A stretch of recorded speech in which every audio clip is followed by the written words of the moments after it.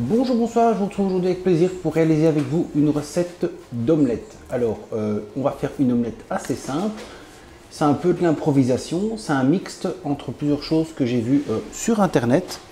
On va ensemble faire la revue des ingrédients. Vous aurez besoin de jambon cuit, d'un oignon ou d'une échalote coupée très finement, des poivrons rouges coupés aussi finement ou en lamelles selon vos préférences, des petits dés de carottes, un peu de fromage râpé, à peu près l'équivalent d'une demi-cup, de l'origan en fonction de vos goûts, du sel, du poivre à nouveau en fonction de vos goûts, et je vais travailler avec 6 œufs complets.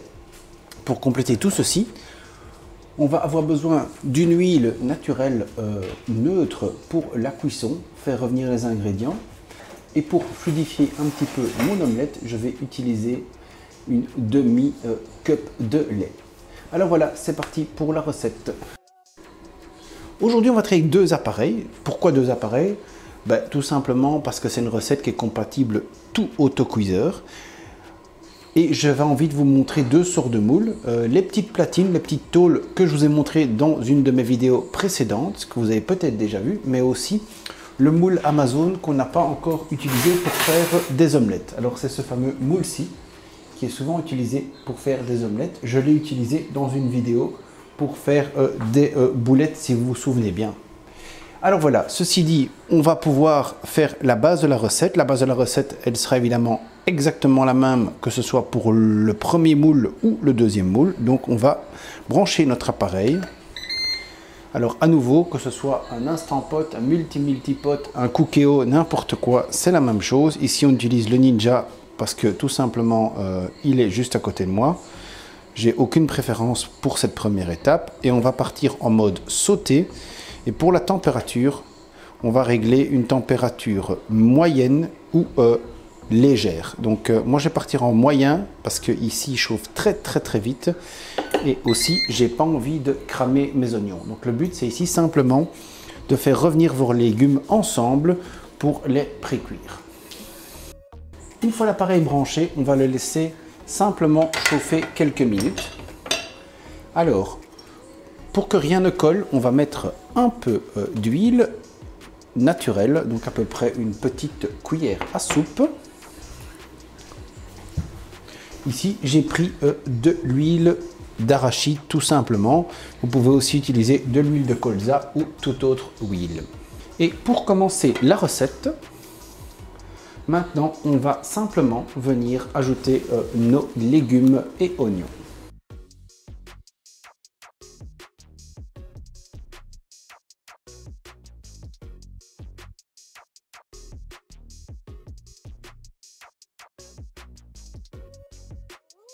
Comme vous pouvez le voir, les poivrons sont coupés de manière beaucoup plus épais, beaucoup plus gros, en plus gros morceaux. Ça va permettre de garder un petit peu de croquant. Par contre, les carottes sont-elles coupées très fines parce que j'ai envie qu'elles cuisent un petit peu. Et une carotte, ça cuit très lentement. Donc si j'avais coupé de la même manière tous mes légumes, on aurait des cuissons tout à fait différentes. Alors pendant que notre cuisson continue à feu très doux, on va s'occuper de notre omelette. Alors pour l'omelette, c'est très simple. On va venir mettre dans un récipient nos 6 œufs. Vous pouvez évidemment faire plus que 6 œufs. Nous, on n'est que 2 à la maison, donc moi, je compte 3 œufs par personne.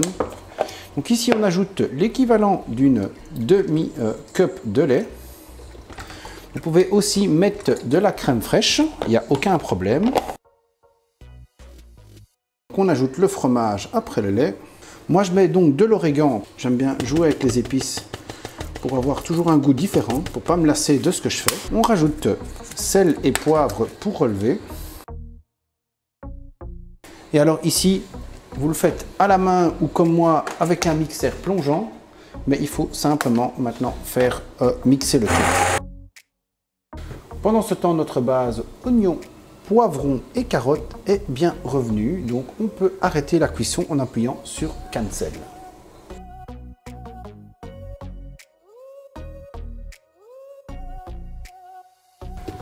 Avant de continuer, on n'oublie pas de mettre une base d'eau dans chaque appareil, donc l'équivalent au moins d'une cup pour la cuisson vapeur.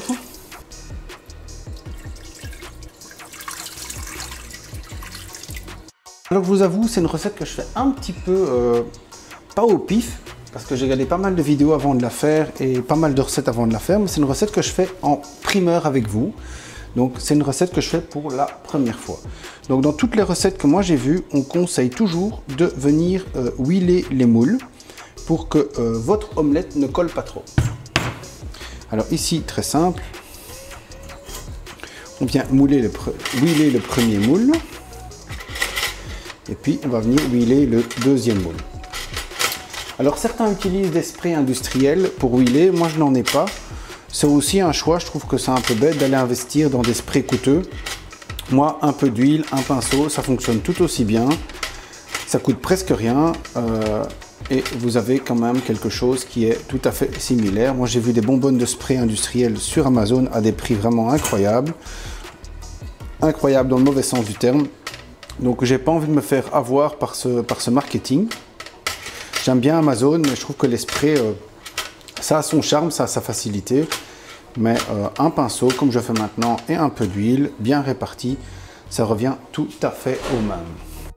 Donc maintenant, assez simple, on vient positionner notre base. Donc la base, c'était quoi? C'est nos fameux poivrons, carottes et échalotes ou oignons, comme j'ai dit tout à l'heure.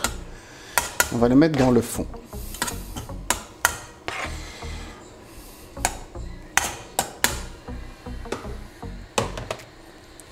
Ensuite, on vient prendre un peu de jambon cuit coupé en lamelles.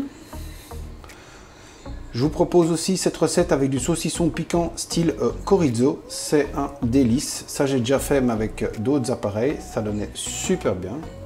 Donc voilà, on a comme base du jambon, des poivrons et des carottes oignons.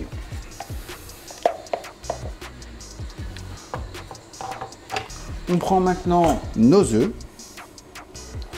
et on vient simplement remplir par-dessus. On va faire exactement le même principe pour le moule d'à côté. D'après les recettes que j'ai lues, il ne faut pas remplir non plus de trop les petites boules parce que sinon ça cuit pas bien. Donc on va essayer d'encore en faire une. Voilà. Voilà. Et avec le reste, je vais tout mettre, on va pas gâcher, on va tout mettre dans l'autre préparation. Maintenant, on va mettre les omelettes dans les appareils. Comme vous voyez, je ne viens pas recouvrir les omelettes. En tout cas, dans les recettes que j'ai vues, ce n'est pas demandé. Alors ici, pour l'Instant Pot, d'après ce que moi je sais, le mode vapeur fonctionne donc avec le seal, donc la poignée de contrôle de la ventilation et de la pressurisation sur seal, sealing, pas venting. Ensuite, on vient simplement en mode steam et on vient programmer 9 minutes. Après 20 secondes, comme d'habitude, il va démarrer tout seul.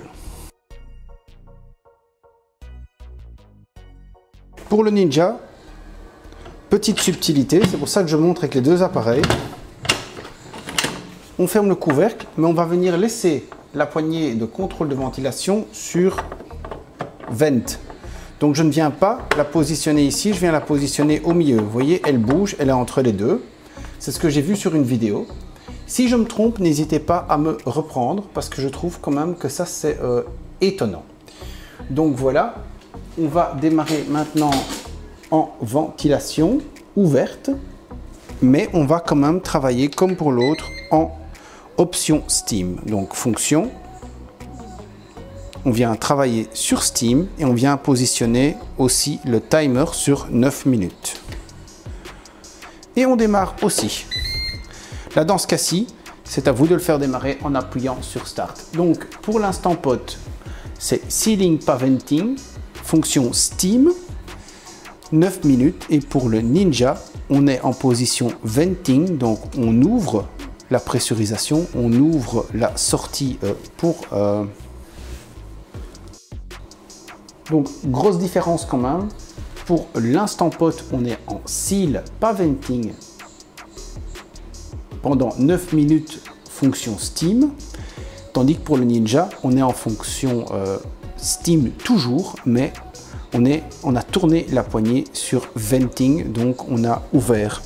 On se retrouve plus ou moins dans un quart d'heure, 20 minutes. Pourquoi? Parce qu'en fin de cuisson, je ne vais pas faire un quick release directement. Je vais laisser une période de 5 à 10 minutes de relâchement naturel, de natural release. À la fin du temps de natural release, on va évidemment procéder à la libération de la pression, au relâchement de la pression sur les deux appareils par sécurité en faisant tourner la poignée sur venting complément pour les deux appareils.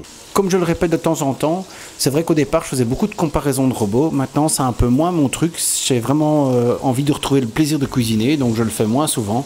Mais je voulais quand même vous partager une chose, une petite constatation, c'est que sur une cuisson de 9 minutes, c'est pas très conséquent, mais l'Instant Pot a quand même été beaucoup plus lent à pressuriser, à monter en température. Donc on est sur 4 minutes de cuisson qui nous reste. Tandis que, je vais vous montrer que je triche pas.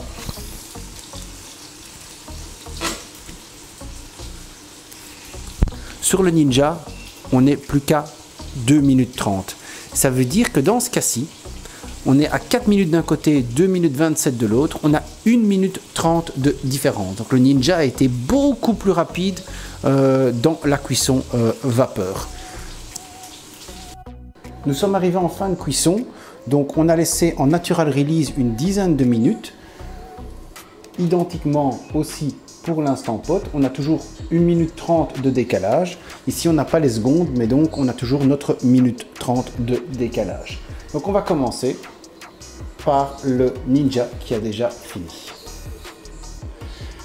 Donc ce que j'ai essayé de vous filmer juste avant, mais je ne sais pas si vous l'avez bien vu, c'est que de toute façon on a mis en venting, mais qu'en fait comme le venting est ici un peu au milieu, la valve est quand même remontée. Donc avant d'ouvrir, très important, on va faire le venting complet. Donc j'ai tourné la poignée sur le venting complet.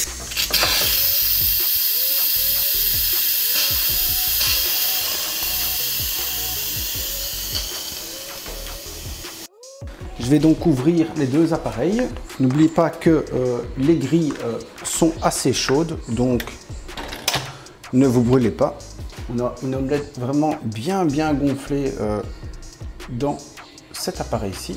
Donc quand on la sort, évidemment, elle retombe un petit peu. Et alors, pour que vous voyez aussi, on a vraiment aussi une belle omelette ici. Donc bien gonflée dans l'Instant Pot. On va laisser passer la vapeur. J'espère que vous voyez bien et vous voyez qu'elle retombe aussi. Donc dans les deux cas, on a vraiment un résultat très similaire.